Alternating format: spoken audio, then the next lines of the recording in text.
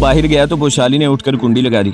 इसे दूसरी कोठरी के खुलने और बंद होने की आवाज़ सुनाई दी और फिर खामोशी छा गई। पोशाली का जिस्म शिकस्तगी और थकान से चूर हो रहा था। पहली बार किले से निकलने के बाद इसे इत्मीनान का सांस नसीब हुआ तो नींद आनी शुरू हो गई। इसने पलंग पर लेट कर लिहाफ ऊपर कर लिया और आंखें बंद कर ली।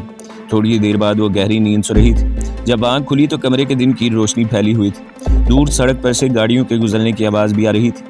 पोशाली खुद को पहले से ज़्यादा हशाश बशाश महसूस कर रही थी। वो लिहाफ उठाकर बैठ गई और अपने बॉयकट सुनहरी बालों में हाथ फेर कर इन्हें ज़रा सा सवार कर कमरे का जायज़ा लिया। 2-3 संदूक, एक तपाई, कोने में पड़ी हुई एक बोरी, चौकोर मेज़ और पलंग के सिवा कुछ नहीं था। इसने उठकर बंद दरवाजे की दुर्ज में से बाहर देखा। सेहन में पड़ी चौकी पर एक दुबला पतला सांवले रंग का आदमी बैठा सिगरेट पी रहा था। इसकी उम्र 26-27 बरस से ज़्यादा नहीं थी। बाल घुंघरियाले थे और कंधे पर एक निस्वारी चादर पड़ी थी। पोशाली समझ न सकी कि ये रात वाला रिक्शा ड्राइवर ही है या कोई दूसरा आदमी है। वो इसे आवाज़ भी नहीं दे सकती थी। पोशाली कुछ देरी से दरवाजे की दुर्ज में से देखती रही, फिर दबे पांव वापस पलंग पर आकर बैठ गई।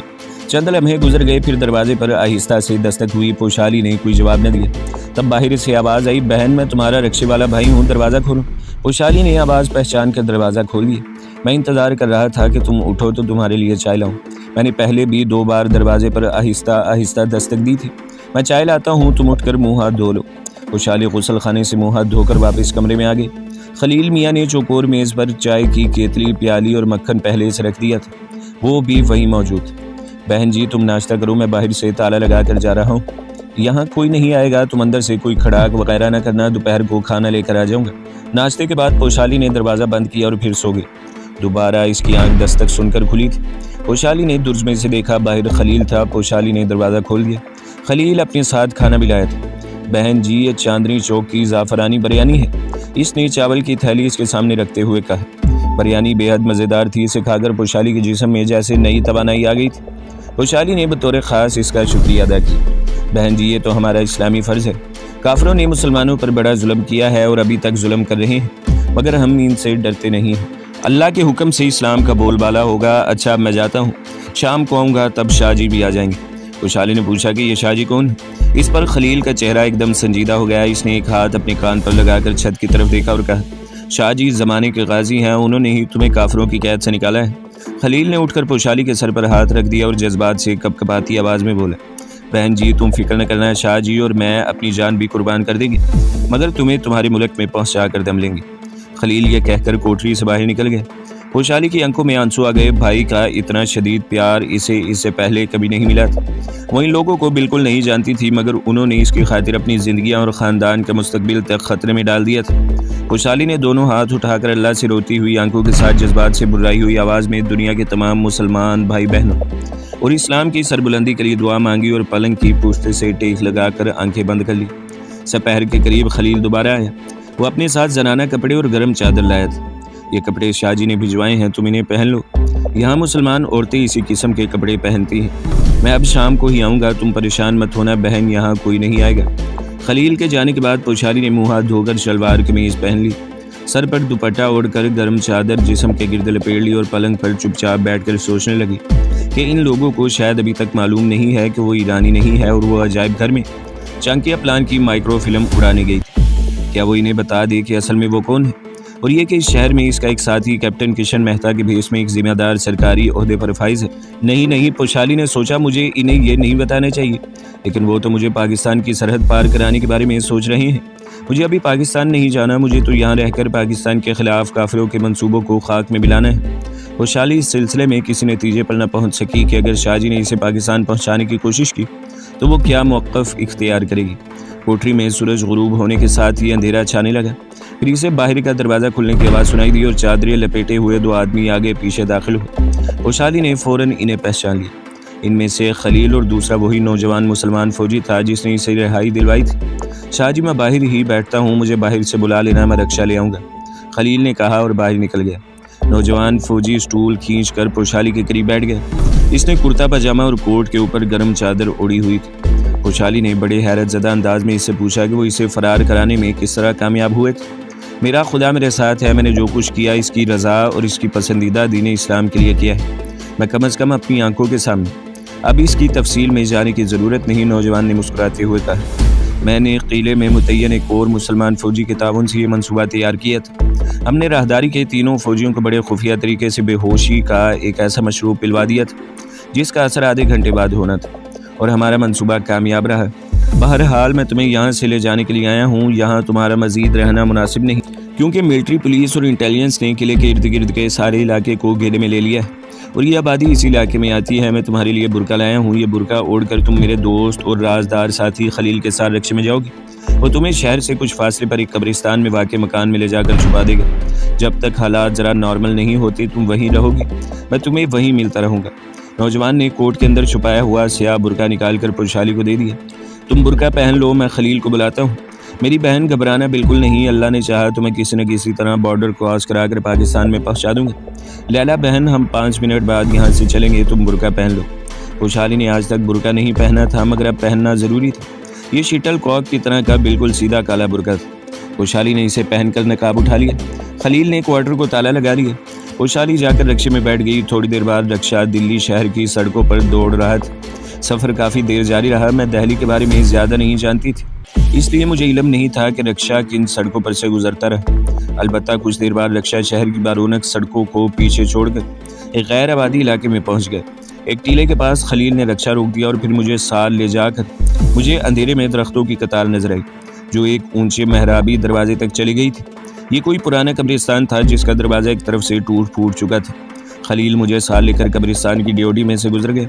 वो खामोश था। हम कब्रों के दरमियान से गुजर कर कब्रिस्तान के बाएं शिकस्ता दीवार के करीब आ गए। यहाँ एक कोठरी बनी हुई थी। खलील ने आगे बढ़कर कोठरी का दरवाज़ा खोला और जेब से मोमबत्ती निकालकर जला दी। कोठरी में एक चारपाई थी जिस पर एक भारी बिस्तर पड़ा था। लकड़ी के 2 छोटे खोखे पड़े थे। मैं चारपाई पर बैठ गई तो खलील ने मोमबत्ती खोखे पर लगाकर दरवाज़ा बंद कर दिया। लैला बहन, तुम ज़रूर सोच रही होगी कि शायद ये किसी गोरकन की कोठरी है, मगर ऐसा नहीं है। ये कोठरी मेरे वालिद साहब ने कभी बनवाई थी। वो यहाँ बैठकर महीने में 1-2 बार कोई चिल्ला किया करते थे। मुझे कभी पता नहीं चल सका कि वो चिल्ला किस लिए किया करते थे। वालिद साहब की वफ़ात के बाद ये कोठरी मेरे कब्ज़े में आ गई। बस मैं यहाँ कभी कभी आ जाया करता हूँ। कई रोज़ से कोठरी खाली पड़ी थी। इस कब्रिस्तान के गोरकन का मकान कब्रिस्तान से बाहर कुछ फासले पर है। वो कब्र खोदने के लिए ही किसी वक्त कब्रिस्तान में आता है और फिर वापस चला जाता है। वैसे तुम फिक्र न करना, मैं तुम्हारी हिफाजत के लिए इस कब्रिस्तान के आसपास हर वक्त मौजूद रहूँगा। मैंने इधर उधर देखकर पूछा कि यहाँ मुंह हाथ धोने का कहाँ बंदोबस्त है। तो खलील ने उठकर दरवाज़ा थोड़ा सा खोला और मुझे करीब बुलाकर कोठरी की एक जानिब दरख्तों के नीचे इशारा किया। वो सामने गुसल खाना है, वहाँ नलका भी लगा है। तुम कोशिश करना कि मुँह हाथ अंधेरे में और फिर शाम होने के बाद ही गुसल खाने में जाओ। मुझे यहाँ कब तक रहना होगा कुछ कह नहीं सकता। ये सब शाहजी ज़्यादा जानते हैं, क्योंकि इन्हें ही कुछ लोगों से रब्ता कायम करना है। ये लोग राजस्थान की सरहद पर स्मगलिंग करते हैं। मेरा अंदाज़ा यही है कि 6-7 दिनों में तुम्हें पाकिस्तान पहुँचा दिया जाएगा। मैंने इसे बताया कि मैं तो ईरान की रहने वाली हूँ, तो वो सर हिलाते हुए बोला, फिर क्या हुआ? पाकिस्तान से तुम ईरान बड़ी आसानी से जा सकती हो। रात मैंने इस कब्रिस्तान की तारीख और डरावनी फिजा में गुजार दी। मुँह अंधेरे मैंने बोसीदा से गुसल खाने में जाकर मुँह हाथ धोया और वापस कोठरी में आ गई। कुछ देर बाद सुबह हो गई। दीवार में छत के करीब 2 ईंटें उखाड़ कर सुराख कर दिया गया था जहाँ से रोशनी अंदर आ रही थी। वाकई ये कोठरी चिल्ला करने के लिए बड़ी आइडियल थी। इसके बावजूद मुझे वो बहिश्ते से किसी तरह का महसूस नहीं हो रही थी। कुछ देर बाद खलील मेरे लिए खाना लेकर आ गया। इसके जाने के बाद मैं फिर सो गई। जब उठी तो अंधेरा फैल चुका था और कब्रिस्तान में गहरा सन्नाटा तारी था। मैंने कोठरी बंद करके मोमबत्ती रोशन कर ली। कुछ देर गुजरी होगी कि मुझे बाहर किसी के कदमों की चाप सुनाई दी। मैं चारपाई से जल्दी से उतरकर दरवाजे के साथ कान लगाकर खड़ी होगी। फिर किसी ने दरवाजे के साथ मुंह लगाकर कहा, बहन लैला, मैं शाहजी हूँ। मैंने अपने मोहसन फौजी की आवाज़ पहचानते ही दरवाज़ा खोल दिया। वो अंदर आ गया। इसने मुझसे पूछा कि मुझे खाने पीने में तो कोई तकलीफ़ नहीं हुई। मैंने इसे बताया कि खलील ने बहुत कुछ ला कर रख दिया था। मोमबत्ती की रोशनी में इसका चेहरा मुझे कुछ परेशान सा लग रहा था। मैंने इससे पूछा कि खैरियत तो है, कोई ऐसी वैसी बात तो नहीं है? मेरी बहन, राजस्थान और पंजाब से भारतीय सरहद पार करना आजकल तकरीबन नामुमकिन है। दोनों मुल्कों के ताल्लुकात बेहद कशीदा हैं। दोनों फौजी सरहदों पर मौजूद हैं। कोई पता नहीं कब जंग शुरू हो जाए। बॉर्डर सिक्योरिटी फोर्स की जगह बाकायदा फ़ौज तैनात कर दी गई है। मुझे सरहद पार करनी ही नहीं थी। मैं खामोश रही। मुसलमान फौजी दोबारा गोया हुआ, तुम कहती हो कि तुम ईरान के रहने वाली हो, तो तुम्हारे लिए ये बेहतर नहीं होगा कि तुम यहाँ दिल्ली में ईरानी सफारत खाने चली जाओ। वो लोग तुम्हें अपनी हिफाजत में ईरान पहुँचा देंगे। खलील तुम्हें खुद ईरान के सफारत खाने पहुँचा देगा। मैं लाजवाब हो गई। मैं इसे क्या जवाब देती, जहन में खलबली सी मच गई। अगर मैं इसे कहती हूँ कि मेरा ताल्लुक ईरान से नहीं बल्कि पाकिस्तान से है तो वो यकीनी तौर पर मुझे पाकिस्तानी सफारतखाने पहुँचा देने की पेशकश करता है। मेरी समझ में नहीं आ रहा था कि मैं इसे क्या जवाब दूँ। वो मेरी तरफ देखते हुए बोला, लैला बहन क्या बात है, तुमने मेरी बात का कोई जवाब नहीं दिया। कुछ देर सोचती रही और जहन में मुख्तलिफ मंसूबे तरतीब देती रही। मैं एक फ़ैसले पर पहुँच गई थी। आप मुझे दिल्ली रेलवे स्टेशन पर छोड़ आए, मैं खुद किसी दूसरे शहर में चली जाऊँगी। शायद तुम्हें हालात की संगीनी का इल्म नहीं, मेरे मोहसिन ने तशवीश आमेज़ लहजे में कहा। हर रास्ते पर पुलिस और फौज मौजूद है। एयरपोर्ट, रेलवे स्टेशन और लारी अड्डों पर तो खसूसी चेकिंग की जा रही है। किसी शख्स को शनाख्ती कार्ड देखे बगैर गुजरने की इजाज़त नहीं दी जाती। तुम मिलिट्री इंटेलिजेंस की कैद से भागी हो और तुम पर पाकिस्तानी जासूसा होने का इल्ज़ाम है। तुम्हें गिरफ्तार करने के लिए तो पूरी पुलिस और मिलिट्री के खसूसी दस्ते हरकत में आ चुके हैं। जाने क्यों मेरा दिल बार बार कह रहा था कि यह आदमी झूठ नहीं बोल रहा है। इसके बावजूद मैं अपने जहन को इस बात पर आमादा नहीं कर सकी थी कि मैं इसे अपनी ज़िंदगी के मिशन का बरवाज़ बता दूँ, जिसके लिए ना सिर्फ मैंने अपनी इज्जत तक कुर्बान कर दी थी। चुनाचा मैं खामोश रही थी। अगर तुम अभी कोई फ़ैसला नहीं कर सकी हो तो कल का दिन और सोच लो, मैं कल रात तुम्हारे पास आऊँगा। वो चला गया। सारी रात मैं सो न सकी। अगले दिन भी मैं परेशान रही। अंधेरा हुआ तो मेरा मोहसिन अपने वादे के मुताबिक आ गया। इसने आते ही मुझे सलाम किया और मेरी तरफ देखते हुए कहने लगा, क्या तुम हार्डिंग लाइब्रेरी में नाओमी के नाम से भी मुलाजमत करती रही थी मेरी बहन? मेरा दिल धड़क उठा। मैंने आंखें उठाकर इस तरफ देखा। वो कह रहा था, हमारी मिलिट्री इंटेलिजेंस ने तुम्हारी तस्वीर अखबारों में तो नहीं दी, लेकिन दिल्ली शहर में कोई पब्लिक ऑफिस ऐसा नहीं जहां हमारे खुफिया आदमी तुम्हारी तस्वीर लेकर तुम्हारा खोज लगाने न गए। चुनाचा जब वो हार्डिंग लाइब्रेरी में पहुंचे तो इसकी लाइब्रेरी ने तुम्हारी तस्वीर देखकर बताया कि तुम्हारा नाम नाओमी है। तुम इसराइली खातून हो और कुछ रोज़ पहले वहाँ लेडी केयर टेकर के तौर पर नौकर हुई थी। वहाँ से तुम्हारे फ्लैट पर भी छापा मारा, लेकिन वहाँ से सिवाय तुम्हारे कपड़ों और कुछ किताबों की और कोई ख़ास चीज़ नहीं मिल सकी। वो बात करते करते कुछ देर के लिए रुक गया और मेरी तरफ ज़रा झुककर बोला, मेरी बहन, तुम्हें ये बात मुझसे नहीं छुपानी चाहिए थी, लेकिन खैर कोई बात नहीं, मैं तुमसे पूछगछ नहीं कर रहा। मैं तुम्हें सिर्फ इतना बताने आया हूँ कि सिक्योरिटी और ज़्यादा सख्त हो गई है। शहर का कोई नाका ऐसा नहीं जहाँ मिलिट्री इंटेलिजेंस और पुलिस के सिपाही तुम्हारी गिरफ्तारी के लिए मौजूद न हो। इस कब्रिस्तान में भी तुम ज़्यादा महफूज नहीं हो। तुम्हें यहाँ से किसी दूसरी जगह मुंतकिल करना होगा। खैर, मैं अपनी जान देकर भी तुम्हारी हिफाजत करूँगा, लेकिन मैं चाहूँगा कि तुम कोई फ़ैसला कर लो कि तुम्हें क्या करना है। क्या तुम ईरानी या पाकिस्तानी सफारत खाने जाना चाहती हो, या ये इंतज़ार करना चाहती हो कि सरहदों पर फौजी तनाव कम हो और तुम्हें सरहद पार करवा दी जाए? लेकिन इसमें 1-2 साल भी लग सकते हैं। इस शख्स ने मुझे फ़ैसले की दहलीज पर लाकर खड़ा कर दिया था। अब मुझे कोई ना कोई फ़ैसला करना ही था। मेरे दिल ने कहा, यह आदमी सच्चा है, इसे सब कुछ सच सच बता दो। मैंने एक गहरी सांस लेकर अपने मोहसिन की तरफ देखा और अपनी ज़ुबान खोलने ही वाली थी कि अचानक कोठरी का दरवाज़ा ज़ोर से खुला और खलील घबराया हुआ अंदर दाखिल हुआ। शाहजी, सब इंस्पेक्टर किशन चंद इधर आ रहा है। वो तेज़ी से उठ खड़ा हुआ।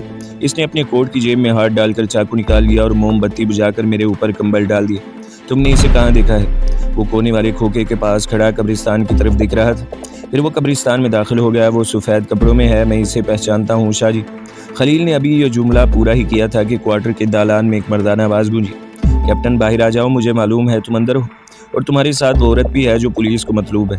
मैं पूरी गार्ड लेकर आया हूँ। बेहतर यही है कि अपने आप को खामोशी से हमारे हवाले कर दो। मुसलमान फौजी ने सरगोशी में कहा, बहन चारपाई के नीचे लेट जाओ। मैं जल्दी से चारपाई के नीचे खिसक गई। मेरी छुपते ही कैप्टन ने मोमबत्ती रोशन करके दरवाज़ा खोल दिया। किशन जी, अंदर आ जाइए, यहाँ कोई पाकिस्तानी जासूसा नहीं है। ये मेरे दोस्त खलील की कोठरी है और मैं यहाँ चिल्ला करने आया था। मैं जिस चारपाई के नीचे लेटी हुई थी, इस पर बिछी चादर नीचे तक लटक रही थी। मैंने ज़रा सी चादर हटाकर देखा, खद्दर की वास्कट पहने हुए एक मोटा ताज़ा आदमी हाथ में पिस्तौल लिए कोठरी में दाखिल हो गया। इसने पिस्तौल का रुख खलील और कैप्टन की तरफ कर रखा था। शाह जी, आप भी जानते हैं कि मेरी सारी ज़िंदगी इंटेलिजेंस में गुजरी है। मैं कोई अनाड़ी नहीं हूँ। आप भी इंडियन मिलिट्री इंटेलिजेंस में हैं, लेकिन आपने अनाड़ीपन का सबूत दिया है। ज़रा चारपाई की चादर एक तरफ हटाइए, मेरा सबूत इस चारपाई के नीचे छुपा हुआ है। कैप्टन की आवाज़ में घबराहट आ गई थी। आपको किसी ने गलत इतला दी है, यहाँ हमारे सिवा कोई नहीं है।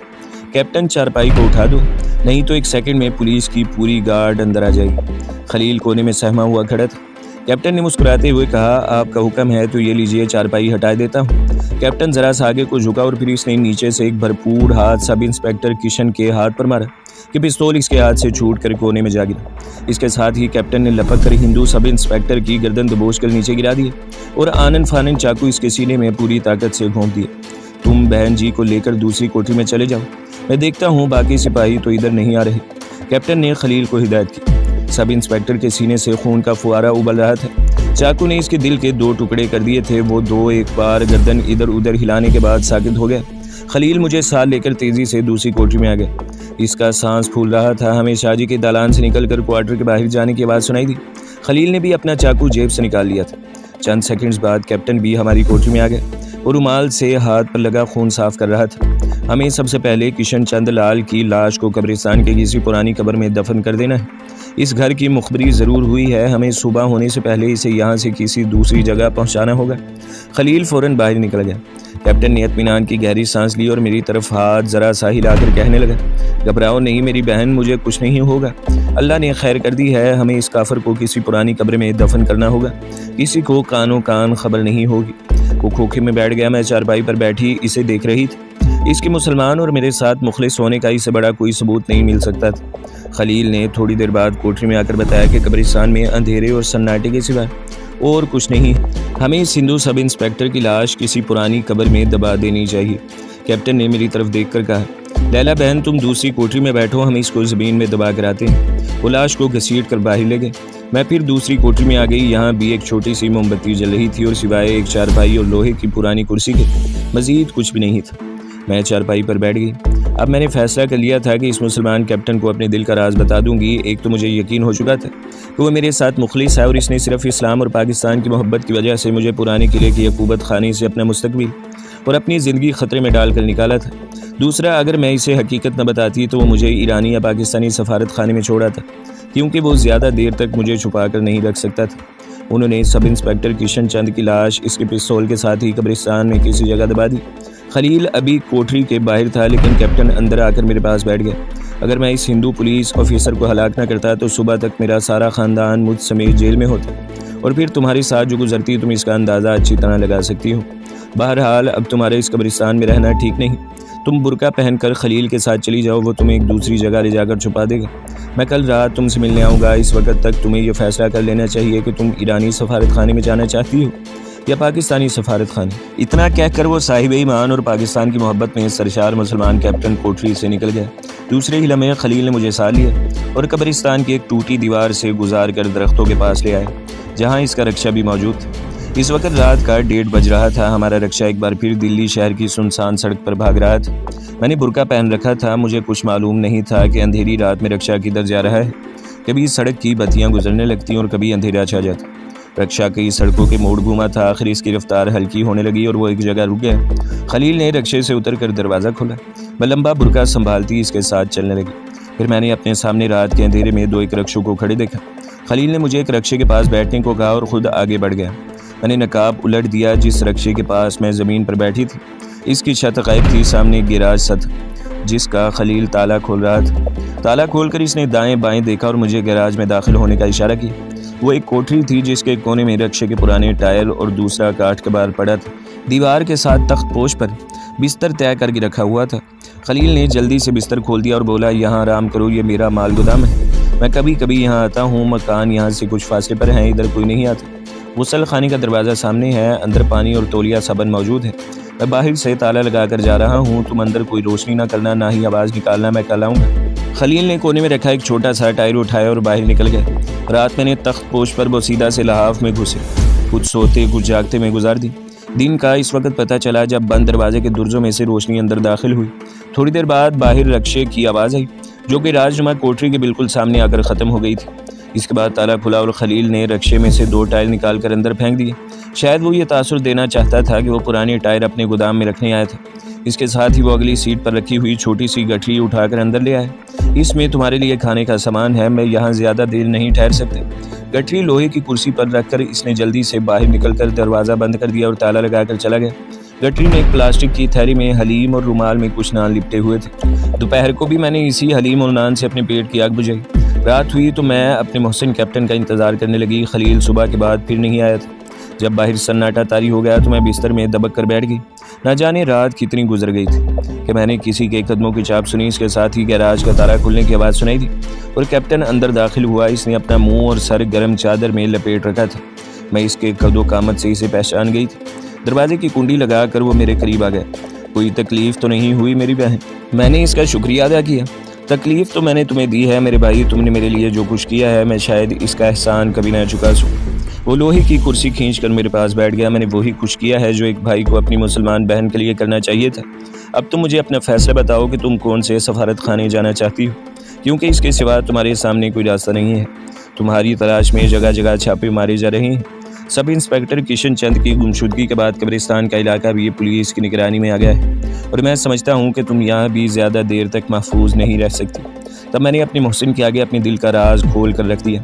इसका रद्द-ए-अमल देखकर मुझे ताज्जुब हुआ, क्योंकि इसने किसी किस्म की हैरानी या इस्तजाब का इजहार न किया, ना इसने कोई जवाब दिया। इसने जेब से छोटी सी मोम निकाल कर रोशन की और ज़मीन पर लगा दी। इसके चेहरे पर बड़ी मायने खेज धीमी सी मुस्कुराहट नमूदार हो चुकी थी। मेरी बहन, जो कुछ तुमने बताया है इसका मुझे पहले से ही शक, लेकिन मैं ये सब कुछ तुम्हारी ज़ुबान से सुनना चाहता था। मैंने तुम्हें अपना दीनी भाई और मोहसिन समझकर तुम्हें अपने दिल का राज खोला है। अब यह तुम पर मुनहसर है कि चाहे तो मुझे भारतीय फ़ौज के हवाले कर दो, चाहे मेरी मदद करो। इसका चेहरा संजीदा हो गया। वो ज़मीन की तरफ देख रहा था। एक गहरी सांस लेकर मेरी तरफ देखते हुए बोला, मेरी बहन, अगर मुझे तुम्हें भारतीय फ़ौज के हवाले करना होता तो तुम्हें इन दरिंदों के चंगुल से निकाल कर यहाँ न लाता और एक काफिर को कत्ल करने का ख़तरा मोल न लेता। मैं चुपचाप इसके चेहरे को देख रही थी।